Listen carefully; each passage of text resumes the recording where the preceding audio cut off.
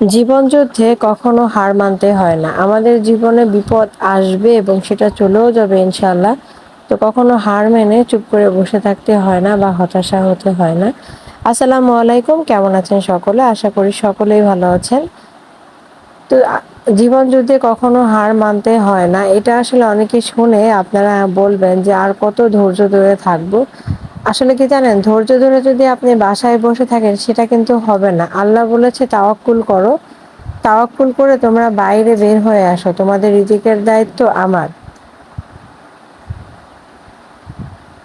কিন্তু আপনি কখনো ঘরে বসে থাকলে ঘরে আপনার রিজিক আসবে না। সেটার জন্য আপনাকে চেষ্টা করতে হবে এবং প্রচুর পরিমাণে পরিশ্রম করতে হবে। আমি দেখেছি যারা যত বেশি পরিশ্রম করেছে আজকে তারা উপরে উঠে গেছে। কিন্তু যারা অলস বসে থাকতে পছন্দ করে, কাজ দেখলে বিরক্ত বোধ করে, কাজ করতে চায় না বা কাজ শিখতে চায় না, সারাক্ষণ বসে থাকতে চায়, তারাই জীবনে কখনো উন্নতি করতে পারেনি। এটা আমার নিজের চোখে দেখা। আমি অনেককে দেখেছি ছোটবেলায় কষ্ট করে পড়াশোনা করে মানুষের মতো মানুষ হয়ে আজকে তারাই হচ্ছে অনেক বড় পর্যায়ে পৌঁছে গেছে। কিন্তু যারা ছোটবেলা থেকে অলসভাবে কেটেছে, পড়তে চায়নি, আরামে কেটেছে, তারাই আজকে জীবনে অনেক পিছনে চলে গেছে। তো আমাদের সকলেরই উচিত শুধু ধৈর্য না, ধৈর্যের সঙ্গে পরিশ্রমও করা।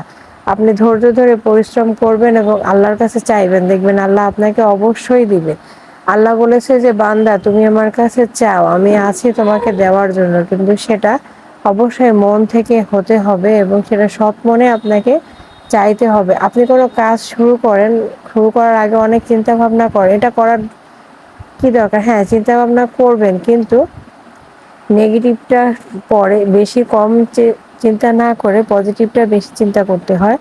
কারণ আপনি একটা কাজ করবেন, আল্লাহর নামে বের হবেন এবং বলবেন যে আল্লাহ আমি এই কাজটা শুরু করতেছি, আপনি আমাকে সফলতা দিয়েন। অবশ্যই দিবে। কিন্তু আপনি কাজ শুরু করার আগে যদি নেগেটিভ নিয়ে বসে থাকেন যে আমি এটা শুরু করব, সফলতা পাবো কিনা, আসবে কিনা, এরকম চিন্তা ভাবনা করলে আপনি কখনোই সফল হতে পারবেন না। অবশ্যই আমাদের সকলেরই সফল হতে গেলে অবশ্যই চেষ্টা করতে হবে। চাকরির জন্য কখনো একজনের মুখ দেখে কখনোই থাকতে হয় না।